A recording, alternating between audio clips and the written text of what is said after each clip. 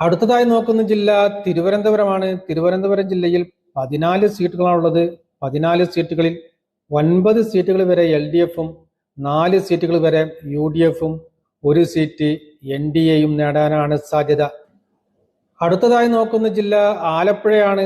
ആലപ്പുഴ ജില്ലയിൽ 9 സീറ്റുകളാണുള്ളത്. 9 സീറ്റുകളിൽ 5 സീറ്റുകൾ വരെ LDFും 3 സീറ്റുകൾ വരെ UDFും 1 സീറ്റ് NDAയും നേടാനാണ് സാധ്യത. അടുത്തതായി നോക്കുന്ന ജില്ല കോട്ടയമാണ്. കോട്ടയം ജില്ലയിൽ 9 സീറ്റുകളാണുള്ളത്. 9 സീറ്റുകളിൽ 3 സീറ്റുകൾ വരെ LDFും 6 സീറ്റുകൾ വരെ UDFും നേടാനാണ് സാധ്യത. BJP സഖ്യത്തിനോ മറ്റു കക്ഷികൾക്കോ അവിടെ സീറ്റുകൾ നേടാൻ സാധ്യതയില്ല. കേരള നിയമസഭയിലെ ആകെയുള്ള 140 സീറ്റുകളിൽ 63 സീറ്റുകൾ വരെ LDFും 75 സീറ്റുകൾ വരെ UDFും 2 സീറ്റുകൾ വരെ